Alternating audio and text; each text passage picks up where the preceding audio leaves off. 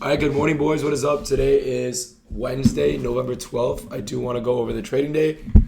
I did make around $2,400 per eval and 328 on my live account. Now, I should have made a lot more on my live account. Poor psychology on my end. I did trail to profit for some reason. I never do that. I trailed to profit on my live and I got stopped in profit. Full TP would have been hit for a 1.3 thousand take profit, and I'll show you that trade right now. But 2.4k per eval and 328 on my live account. Let's go over the trading day. So coming to market open, a lot of people saw this and were probably bullish because at this point in time, look where we were. What the fuck? When we continue last replay. Coming into market open, this is what the market looked like. Did I care? No, I was still bearish. Oh, why were you bearish? Hold up. What the fuck? I actually hate replay mode. Is the worst thing that TradingView has. It never works. Never works. All right. Coming to market open, I was bearish. Why was I bearish? Let's ignore the 4-hour gap. That was the take profit. Right. If we look at this, midnight open, big draw liquidity, right? We have midnight open as a draw, Asian lows, New York PM lows, right? All of these are draws on liquidity. We already swept all our bullish draws on liquidity on top of that, sorry. You can see this high up here, right, which is Tuesday at 10 a.m. We take a look at ES. We have a very large SMT with ES. You can see ES swept these highs a very long time ago, while Nasdaq has not hit them yet. So we have a bearish SMT on the, is that even a daily? I believe it is a daily SMT actually.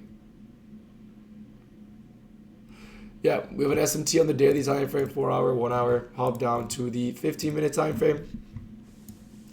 I didn't look for shorts until the 15-minute candle closed or was about to close. But what I did see was pre-market, we pushed into this 5-minute gap, and I honestly did want to short this. However, I've been staying away from market open just because it hasn't been playing out that nice, but this was a very nice market open trade, right? You have an SMT at these 4-hour highs behind you. You make a 5-minute bearish gap, respect it. Honestly, extremely clean shorts. And you got a 1-to-4 risk reward on that trade too. What did I just do? There we go. Right? Now, we did miss that trade. What do we see next? We have Asian lows here, which we go and sweep. And then what I see is a cluster of 15-minute lows right here. We have a nice low right here, and we also have an unfilled hourly gap below us as well. So unfilled hourly gap with the leg of a candle that tapped into an hourly gap. Both good draws on liquidity. I figure, all right, price wants to sweep these before we push higher, right? Now, what do I see? If we look at Nasdaq, you can see at 923 we created a 5-minute bearish gap.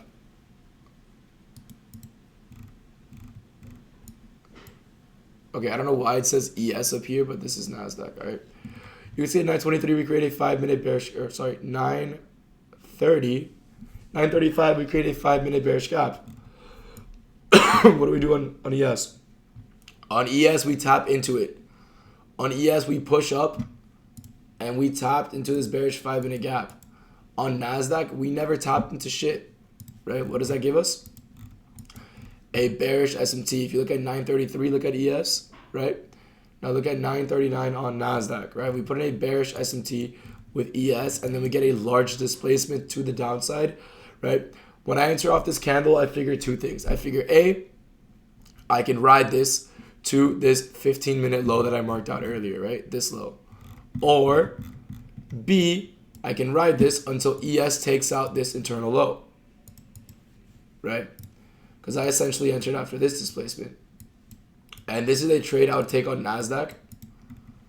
I think this is an A+ setup. I just wouldn't take it on ES. I don't like ES, and I'm not used to the contract sizing, so I wouldn't know how to enter with contracts, right? I do know 1 point on ES is $50, so I would probably enter this trade with like 5 ES contracts, but I don't care enough about it, right?